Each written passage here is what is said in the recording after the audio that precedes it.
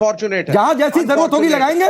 बड़ी दिक्कत हो रही है आप लोगों को फोर्सेस से। जरूरत क्यों पड़ी? जरूरत पड़ी सर, क्योंकि आप लोगों ने रक्त रंजित इतिहास बनाया बंगाल का। जरूरत पड़ी कि क्योंकि आज वहां पर बम मिल रहे हैं, चुनाव आयोग को लिखित आदेश देना पड़ रहा है कि जहां जहां बम बन रहा है खोज कर निकालो सबको, इसलिए जरूरत पड़ी है। इसलिए जरूरत पड़ी है कि पश्चिम बंगाल में, सर मैं अभी थोड़ी देर पहले डेटा देख रहा था कि पश्चिम बंगाल में किस तरीके से हिंसा हुई है।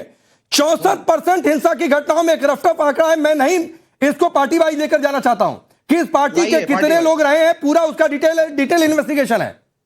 आप लोगों ने इतिहास बनाया, इससे जरूरत पड़ी है पहला मिलिट्री फोर्सेस की। बहुत पेट में दर्द हो रहा है कि इतनी फोर्सेस क्यों? बंगाल की जनता का अपमान मत करिए। कोई अपमान नहीं हो रहा है बंगाल की जनता का। ये बंगाल की जनता को सिक्योरिटी दी जा रही है कि भय मुक्त होकर मतदान करिए।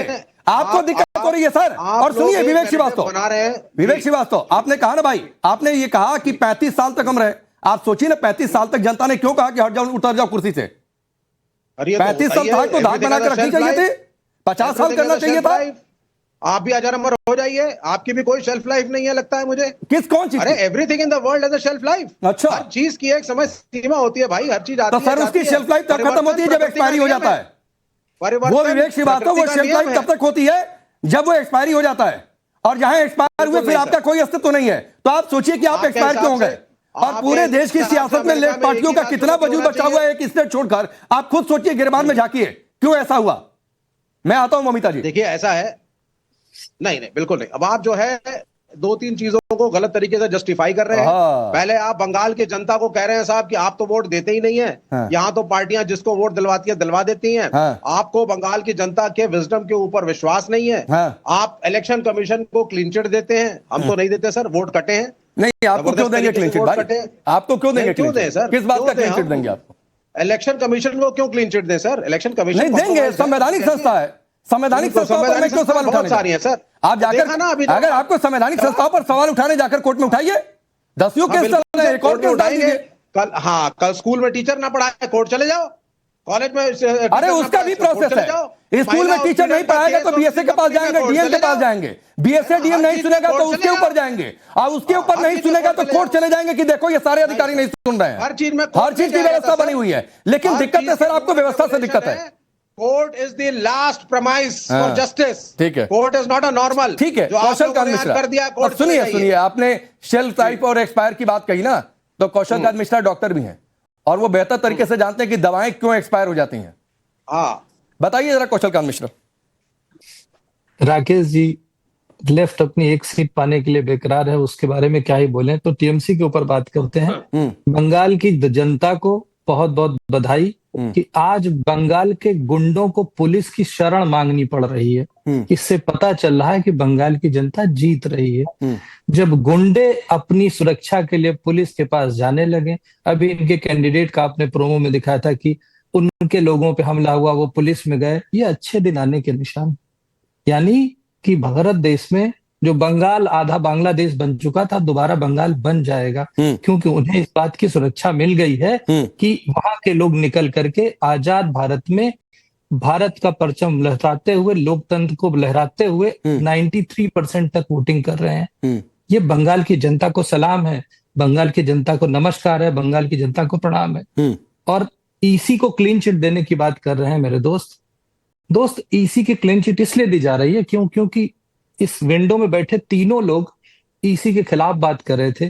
जब सुरक्षा के लोग, सुरक्षा एजेंसियां आ रही थी, जब वहां पर ईसी अपने इन्फोर्समेंट लगा रही थी, जब वहां पे पैरामिलिट्री फोर्सेस लगा रही थी, ये विंडो के तीनों लोग उसका अपोज कर रहे थे, चाहे कांग्रेस हो, चाहे टीएमसी हो, चाहे इंडी गठबंधन हो, चाहे टीएमसी। कौशल भाई, ये सारी बातें ठीक है, लेकिन जो स्वयं प्रकाश पुरोहित ने कही कि बाहर के लोगों को आप बुला कर लाए, वो ये कह रहे हैं आपकी पार्टी के लोग उतर कर जमीन पर गुंडागर्दी कर रहे हैं।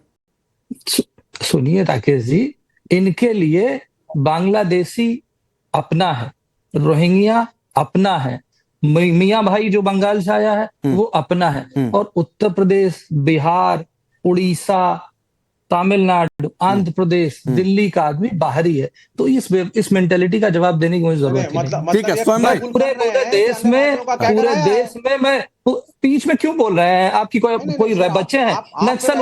नक्सलवाद खत्म हो गया है, आपकी जरूरत नहीं, विंडो से बाहर जाइए। नहीं, अरे कौशल भाई ऐसा क्यों कहेंगे? लाइए भाई, स्वयं जी के पास 1 मिनट बाद आता हूँ। विवेक श्रीवास्तव को ही रखिए, विवेक श्रीवास्तव को ही रखिए फ्रेम में इनके साथ। ये वही लोग तो हैं जो नक्सलवाद का सपोर्ट करते थे, ये वही लोग है ना, लाल सलाम करने वाले लोग हैं ना, लाल सलाम करने वाले। स्वयं भाई 1 मिनट दे दी जा रहा हूँ, 1 मिनट दे दी जा रहा हूँ। स्वयं भाई रुक जाइए, एक एक करके बात कर लेते हैं भाई। मैंने तो बड़े ध्यान से सुना ना, सबसे ज्यादा स्वयं भाई ने बोला, उसके बाद हमारे लेफ्ट के मित्र ने बोला। भाई आपकी एक्सपायरी हो चुकी है, आप वो दवाई है जिसका साइड इफेक्ट कैंसर के फॉर्म में नजर आया पूरे देश को, और पूरे देश को नहीं पूरे विश्व को। आप जहां जा रहे हैं वहां खत्म हो चुके हैं। हटेगा वो समय बताएगा, वो तो समय बता ही रहा है। आप एक्सेप्ट कर रहे हैं कि बीजेपी का कैडर अन्य राज्यों से बंगाल में आया? मेरा एक छोटा सा सिविलाइज सवाल है, सो डोंट मेरा ये अच्छा सवाल सुन के जवाब दीजिए। कौशल भाई विवेक में सवाल जवाब होता है, एक बार विवेक जी का सवाल सुन के जवाब दे लीजिए, फिर ममिता आ रहा हूं। भैया मैं उसी का जवाब दे रहा हूँ। भारतीय जनता पार्टी का कार्यकर्ता, भारत का नागरिक, और भारत का नागरिक पूरे प्रदेश और पूरे देश में कहीं पर जाकर के अपनी पार्टी का चुनाव प्रचार प्रसार कर सकता है कानून के मुताबिक, गुंडागर्दी करके नहीं। अब वो कानून के मुताबिक है या नहीं, ये तो खैर तो ये आप डिसाइड करते रहिएगा। और आप ये कर रहे हैं कि आप सेल्फ सफिशिएंट बंगाल में नहीं है, और देश से आपने अपने कार्यकर्ताओं को, संघ के कार्यकर्ताओं को वहां पे बुलाया है जिनका बंगाल, उसके कल्चर, उसके नोहाउ से लेना देना नहीं है। विवेक श्रीवास्तव अब इसका जवाब विवेक जी एक छोटा जवाब, विवेक जी छोटा जवाब। अगर पूरे भारत में भारतीय जनता पार्टी की सरकार है तो उनके अपने अपने स्टार प्रचारक हैं, अमित शाह जी हुए, मोदी जी हुए, योगी जी हुए, सारे प्रदेश के मुख्यमंत्री हैं, वो जाएंगे तो उनके कार्यकर्ता उनके साथ जाएंगे। इसमें नई बात क्या है भाई? आपकी सरकार होती है, आप भी जाते हैं। नहीं ठीक है, और इनकी ओर से भी नेता आ ही रहे प्रचार करने। इसमें क्या दिक्कत? इनकी ओर से भी नेता आ ही रहे भाई। अरविंद केजरीवाल पहुंचे, अलग अलग राज्यों के बड़े नेता पहुंचे, ठीक है, प्रचार करने जाए, प्रचार कोई भी कहीं जाकर करे, क्या दिक्कत है? इसमें कोई दिक्कत थोड़ी नहीं होनी चाहिए किसी को। ममिता आप कुछ कहना चाह रही थी, कहिए, फिर उसके बाद स्वयं भाई तुरंत आपके पास आ रहा हूँ। मैं सब जब बता रहे थे, बात कर रहे थे, मैं एकदम बैठी थी चुपचाप, कुछ नहीं बताया, तो प्लीज मुझे कोई टिप्पणी मत कीजिए, स्पेशली लेफ्ट एंड पुरोहित जी को कह रही हूँ। क्या है कि राकेश, हमारे बंगाल में जो पहले अभी जो टीएमसी सरकार है, इसका ट्रेनिंग ग्राउंड रहा है सीपीआईएम का सरकार, लेफ्ट। क्योंकि जब लेफ्ट सरकार यहाँ पे राज करती थी, उस टाइम पे ऐसे घटना यहाँ पे हुई थी, जैसे एक समय क्या हुआ था, 17-18 संत को